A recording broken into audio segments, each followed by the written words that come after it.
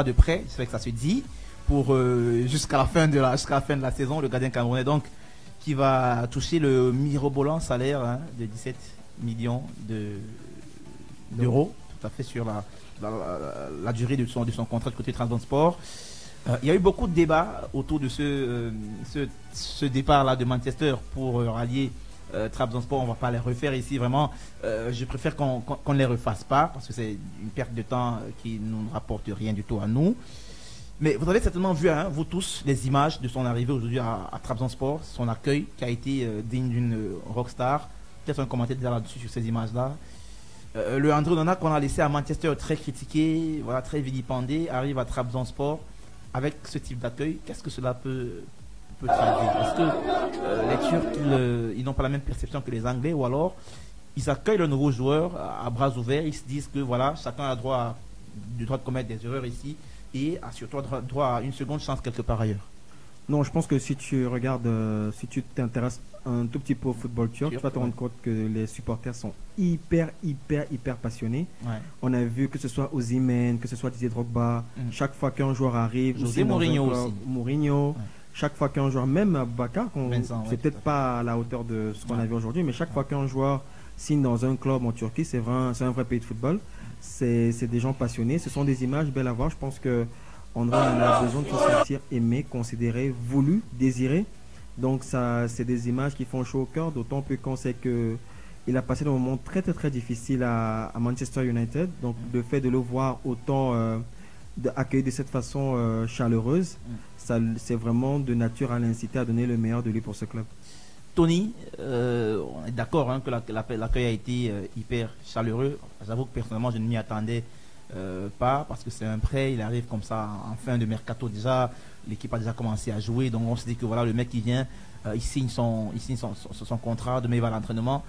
Mais là on a vu de très grosses images, on est d'accord que c'est quelque chose de très grand, mais j'aimerais avec toi qu'on avance un peu en s'intéressant à ce départ-là en lui-même. Est-ce que c'était nécessaire pour André de partir de Manchester en prêt, même si effectivement on est d'accord que financièrement l'offre était quand même alléchante? Est-ce que sportivement, est-ce que d'un point de vue environnemental, est-ce que d'un point de vue même de son mental, c'était nécessaire de partir de Manchester? On va pas se mentir, United devenait déjà un peu un panier à crabe pour lui. Parce que honnêtement, je comprends pas ce club-là. Déjà, je m'étais penché un peu sur leur situation. Tu as un club qui est en 12 ans à 7 entraîneurs. Ça veut dire que c'est une moyenne de même pas un entraîneur pour 2 ans. 7 entraîneurs en 12 ans. Depuis que Ferguson est parti, ce n'est même pas un entraîneur chaque 2 ans. La politique sportive, tu la comprends pas. Tu as un gardien qui arrive dans la situation d'être l'un des meilleurs gardiens du monde. Il arrive. Tu encaisses, certes tu prends beaucoup de buts, mais tu prends beaucoup de buts parce que défensivement tu n'es pas bon, parce que les gens se contentent plus de dire il a pris tel nombre de buts, mais combien il en a sauvé? Parce que l'équipe concède énormément d'occasions. Combien d'occasions est-ce qu'il en réussit? J'ai regardé une stat d'Opta, le nombre de points qu'il a concédé sur ses fautes, c'est 9 points. 9 points c'est 3 matchs. Or quand tu regardes United a terminé 15e, si tu ajoutes même les 9 points, United n'est pas 10e. Donc, ce n'est pas avec ces 9 points-là que ça a coûté quoi que ce soit à Manchester United. Les stats sont sur Opta. Les gens peuvent aller vérifier au lieu de raconter les trucs qu'ils prennent souvent dans les bénitaires là. Donc, maintenant, si tu veux renforcer ton équipe pour éviter que ça se répète, tu prends 3 attaquants. Aucun milieu défensif, aucun défenseur. Mais ça veut dire que tes gardiens vont souffrir davantage.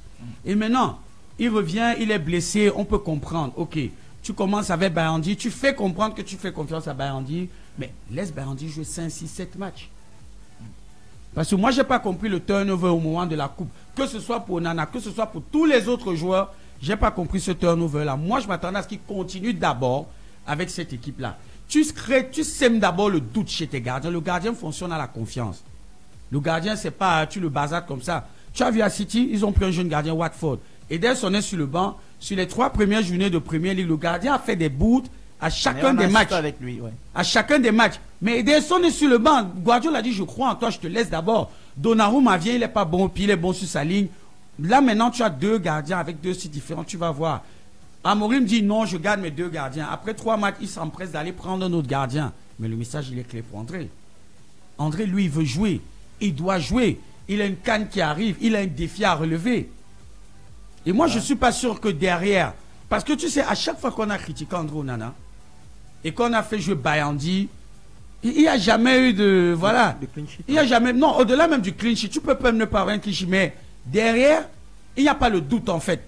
Il n'y a pas le doute. Tu te dis pas, ah, comme Bayandi a fait un bon match là, est-ce que... non, directement après, voilà, tu es obligé de revenir sur Onana. Et moi, j'ai vu l'émission sur Sky Sport. Ouais. Le lendemain de l'annonce du transfert et tout par Fabrizio Romano, où les supporters étaient fâchés. Tu as des spécialistes, des analystes qui sont intervenus, qui ont dit non, mais attendez, qu'est-ce que United est en train de foutre? Et c'est là où on te donne en fait une autre raison, c'est que Onana, c'est un gros transfert. C'est un gros salaire, autant pour moi, du côté de Manchester United. Et tu sais qu'il y a eu des coupes budgétaires instaurées par le nouveau propriétaire. Est-ce que vous savez que les 3 transferts là, Sesko, Mbeumo et Cunha, ils vont être payés sur 3 ans? Je pense un peu plus. Non, je dis en moyenne, ils vont être payés sur 3 ans. Dans les gros montants qu'on entend, Mbeumo 81 millions. Non, c'est pas en une fois. C'est 3 transferts qui vont durer sur 3 ans, voire même plus. En fait, généralement, c'est 4 ans. Donc, Oui. les 2 premières années pour Mbeumo, je pense qu'ils vont payer à peu près 10. Et ils vont payer la plupart des gros, le gros restant. Oui, parce qu'en réalité, voilà. pour que du point de vue bilanciel, ça paraisse équilibré. Pour que ça soit équilibré. Ça veut dire qu'il y a même d'abord un gros problème financier du côté de United. Sachant que il y a les transferts qui n'ont pas les anciens transferts qu'on n'a pas encore terminé de régler. Ouais. On parle à peu près de 400 voilà, millions. il y a d'autres dons.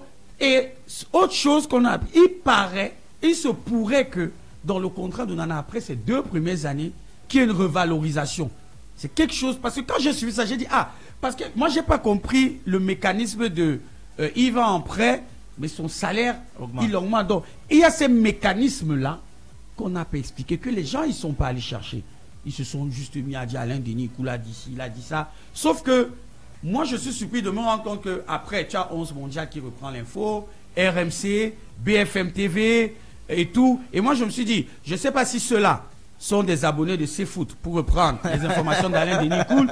Je ne sais pas si ceux-là sont dans un messianisme avec la photo d'Alain Denis Koul et les sièges qu'ils ont posés devant pour dire Jardin qui dit quelque chose, on prend ça pour argent comptant. Non, financièrement, c'est tout bénéf pour lui. Maintenant, après, du côté de la Turquie, il va retrouver du temps de jeu, il va retrouver de la confiance, il va retrouver une équipe qui est compétitive pour aller bousculer le championnat parce que Trabzonspor, voilà, ça fait partie des top clubs des 4 plus gros clubs aujourd'hui en Turquie. Il y a une place à aller chercher en qualif européenne.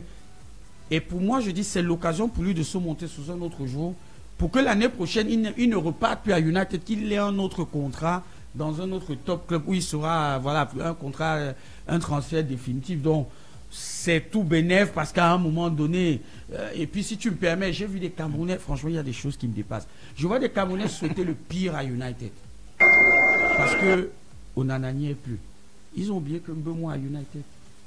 C'est-à-dire les Camerounais ont oublié que le joueur le plus cher d'Afrique souhaitait le pire à United parce que Onana est parti. Ça, ils se disent que non, United va prendre des tasses. J'ai dit, c'est même possible. C'est possible. Mais vous faites quoi de Mbeumo? Vous pensez à Mbeumo? C'est-à-dire les Camerounais sont dans une déchéance de rationalité hors pair. Je t'assure. Moi, j'ai rien à souhaiter de particulier à United. Je dis, s'ils encaissent, s'ils prennent des tonnes de buts, ça sera de leur faute à eux.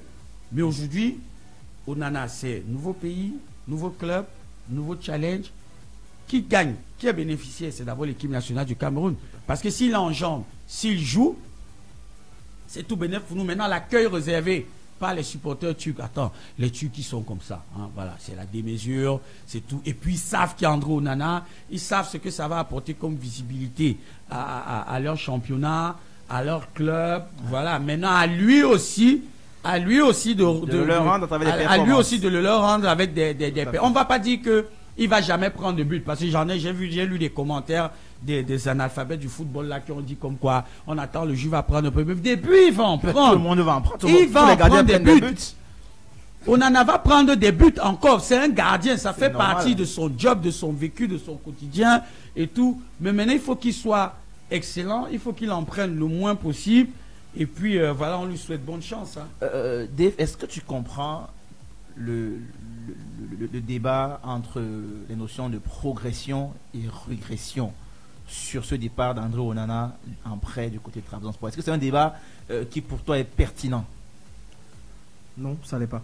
c'est pas pertinent parce que c'est vrai que pour du point de vue passionné, amoureux de football, on se dit, on veut toujours voir, on a vu Manchester, après Manchester, on dit Real Madrid, on espère de grands clubs.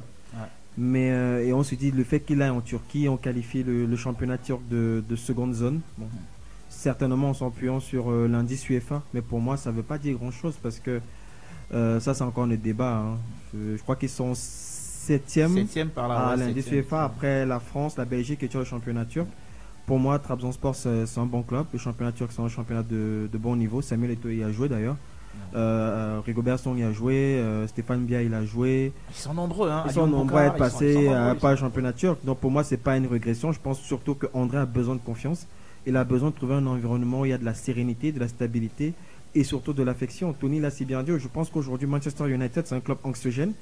On a vu beaucoup de joueurs qui sont partis, qui étaient très critiqués, placardisés, mis au rebut par Manchester, mais une fois partis ailleurs, ce sont ils ont revu. Je pense qu'il y a Anthony, il y a Rashford, il y a Scott McTominay, meilleur joueur du championnat italien, Van Bissaka, meilleur joueur de West Ham, donc je pense que le deuxième meilleur latéral gauche du championnat. Donc ceux qui sont partis, bizarrement, ils ont brillé. Sancho, on a vu Sancho la saison qu'il a fait avec Dortmund. Voilà, avant même même avec Chelsea, il n'était pas nul. Donc pour moi, je pense que c'est pas une régression. D'aucuns veulent le voir ainsi, d'aucuns veulent le peindre ainsi. Pour moi, c'est la possibilité pour lui de se remettre en confiance, de rebondir, tout simplement. Tony, qu'est-ce qu'il faudra pour qu'on retrouve vraiment le grand André Onana qu'on a connu autrefois? Parce qu'il y en a qui se disent aujourd'hui que le mec a un peu perdu en confiance. Ça se voit parfois pas toujours dans son langage corporel, mais quand on a connu le André Onana, le grand André Onana d'il y a de cela 2 ans à l'Inter et même à Manchester, on l'a aussi vu souvent à plusieurs reprises. Qu'est-ce qu'il faudra du côté de Trabzonspor pour retrouver ce grand André Onana heureux, joyeux et fier de jouer au football, fier de montrer de quoi est-ce qu'il est capable? Bon, après, il ne faut pas qu'on se mente à l'indéniable. Moi, c'est pas une équipe sur laquelle que j'ai spécialement observé. Je parle de Trabzonspor. Là, ça va être le cas parce que c'est vrai qu'il y a Fenerbahçe, il y a surtout Galatasaray, aussi, Fenerbahçe. Et puis je me concentre sur Galatasaray parce qu'ils ont constitué une grosse équipe et réussir à prendre Osimhen en transfert définitif, ça c'est quelque chose. Fenerbahçe par rapport à Mourinho, tout ce qui représente, bon là Beşiktaş, il a été saqué et tout. Beşiktaş aussi parce que ce sont les 3 équipes qu'on retrouve le plus dans les compétitions européennes, les 3 équipes turques qu'on retrouve le plus dans les compétitions européennes. Après, le gardien fonctionne à la confiance. Je me dis que s'il a accepté ce pari-là, ça veut dire qu'il a discuté avec l'entraîneur. Ils ont parlé, ils ont discuté, voilà, il a senti le feeling au-delà de l'aspect pécunier. Maintenant, il faut qu'il joue, il faut qu'il retrouve ses sensations. Mais il faut qu'il s'intègre aussi. Parce que le championnat turc, on le dit peut-être pas assez, mais il n'est pas facile. Parce qu'on cite les 4 là, tu as aussi les Başakşehir qui sont là, tu as d'autres clubs comme ça qui... tu as beau avoir tous ces gros joueurs-là, il faut te battre tout le temps. Et il faut aller titiller les gros que sont Galatasaray, Fenerbahçe, mais surtout Galatasaray, parce que ces dernières années, c'est l'ordre de ce côté-là. Surtout que, pour te dire, Tony, le premier match qu'il a, c'est contre le Fener. C'est contre Fenerbahçe. C'est contre le Fener. Et lui-même, ce qui est intéressant, quand il est descendu de l'avion, il a dit directement, je suis prêt justement. Bon, oui, bon, après, s'ils se sentent prêts à aborder ce match-là, coach d'en juger. De juger, et peut-être, je sais qu'il y aura une séance d'entraînement demain, samedi, ça ne sera pas trop ça. Est-ce qu'il aura le temps de faire une véritable séance spécifique des gardiens, sachant qu'il revient d'un déplacement de l'Afrique des voyages. La communication avec les défenseurs. Voilà, la communication avec les défenseurs. Anglais, turc, voilà, donc je pense que pour moi, l'idéal pour lui serait de ne pas jouer ce match-là. L'idéal. Ce serait d'attendre, on va le présenter au public, oui bravo, il y aura Strass et Payet, et qu'il commence le match d'après, parce que tu imagines s'il vient jouer le Fener, il est en forme, s'il perd, tu vois tout, non, je préfère qu'il l'attende, qu'il commence la prochaine journée. Après, comme je dis, les gardiens, ce sont les sensations, c'est à la confiance. Moi, quand je regarde la trajectoire d'un gardien comme Bernard Mendy qui était à Chelsea, moi, je ne le voyais pas atteindre ce niveau-là. Edouard Mendy, pardon, je ne le voyais pas atteindre ce niveau-là. Mais justement, je ne le voyais pas atteindre ce niveau. Mais voilà, il a eu la confiance du coach, du groupe, des joueurs. L'équipe tournait bien. Il a fait les arrêts qu'il fallait. Il a eu la Champions League et tout. Après, il est allé en Arabie Saoudite. Là-bas aussi, il a eu la Champions League asiatique avec avec les caissiers et tout. Voilà. C'est pas qu'il est forcément meilleur que d'autres. Tu en as qui peuvent être meilleurs, mais qui vont jamais avoir son palmarès, par exemple. Donc, tout ça, c'est ça la vie du gardien. Honnêtement, c'est ça la vie d'un gardien de foot. Tu prends l'exemple d'un gardien comme on doit, c'est un bon gardien. Ouais. Mais après, ça passe pas. Pourquoi ça passe pas? Il y a beaucoup de choses. Beaucoup de raisons. Il y a beaucoup de raisons quand tu vas analyser. Même, en fait. Oui, il y a beaucoup de raisons quand tu vas analyser la trajectoire de la carrière d'un gardien de but. Donc, l'idéal, c'est qu'il soit dans un club où il va jouer, où il aura la confiance déjà de l'entraîneur, de ses joueurs, du public même aussi. Non, ça joue aussi. Je pense qu'il va aimer le public turc. Du public, encore il est très chaud. C'est des matchs bouillants, c'est vraiment un public qui dégage une certaine ferveur. Donc, lui qui fonctionne à l'adrénaline, je pense qu'il va beaucoup kiffer le championnat turc. Hein. Messieurs, on va donc prendre la transition et aborder le troisième et dernier sujet de cette soirée, qui est consacré à, on va le dire doucement, un audience indomptable. À événement exceptionnel, programme exceptionnel.